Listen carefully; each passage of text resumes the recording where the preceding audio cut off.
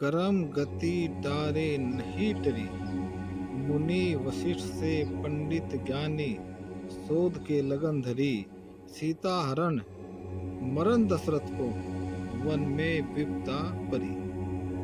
महान संत कबीर साहब जी कहते हैं कि इस संसार में जो भी कर्म निश्चित लेकर हम आए हैं वो होने हैं। कर्म की एक ऐसी गति है जिसको कोई भी नहीं टाल सकता।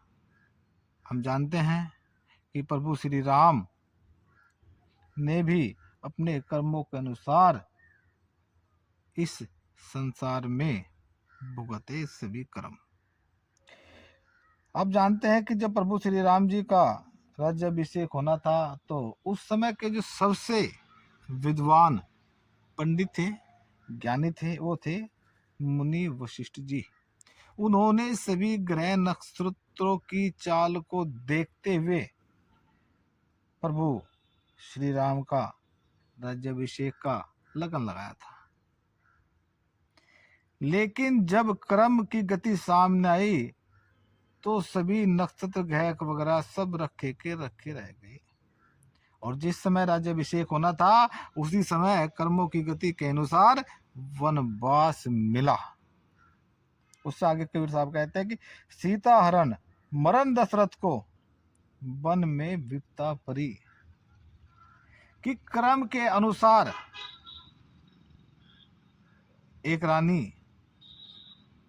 जो प्रभु श्री राम की पत्नी थी, माता सीता, एक चक्रवर्ती राजा की पुत्री थी, राजा जनक जी की, एक चक्रवर्ती राजा की पुत्र वधू थी, राजा दशरथ जी की, और जिसके देवर महाबलशाली लक्ष्मण जी, भरत जी, शत्रुघ्न जी, और सोम प्रभु उसके पति हो श्री राम जी, उनको भी कर्म के अनुसार अपने कर्म भुगतने पड़े। वो भी अपना आपको कर्मों की गति से नहीं बचा पाई।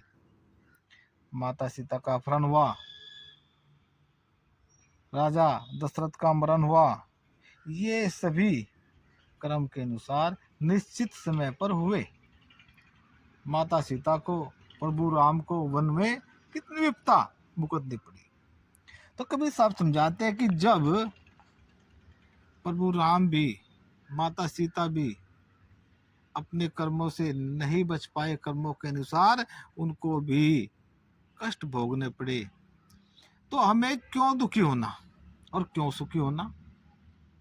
जैसे हमारे कर्म हैं उसी के अनुसार हमारे साथ कुछ अच्छे पल आते हैं, कुछ बुरे पल आते हैं। तो हमें चाहिए कि जब हमारे साथ बुरे पल आए, जब हमें बुरा समय मिले, तो कर्म की गति को महसूस करते समझते हुए कि ये मेरे कर्म हैं, उनको अपने विवेक के साथ प्यार से और पूरी सहन शक्ति से प्रभु का नाम लेते हुए सहन करने चाहिए। उस समय को धीरे धीरे धीरे धीरे टालना चाहिए। जब सुख के कर्म आए तो वे भी आपके कर्म के अनुसार हैं, उस समय भी विवेक का इस्तेमाल करें, प्रभु को याद करें, उसका शुक्रिया करें, तो आपने मेरे अच्छे कर्मों का फल दिया, इसके लिए शुक्रिया। और उन कर्मों को भी धीरे धीरे भुगतना चाहिए। तो हमें किसी भी समय कभी भी निराश नहीं होना और हमेशा उस प्रभु को ध्यान में रखते हुए आगे अपने विवेक के अनुसार बढ़ते जाना है।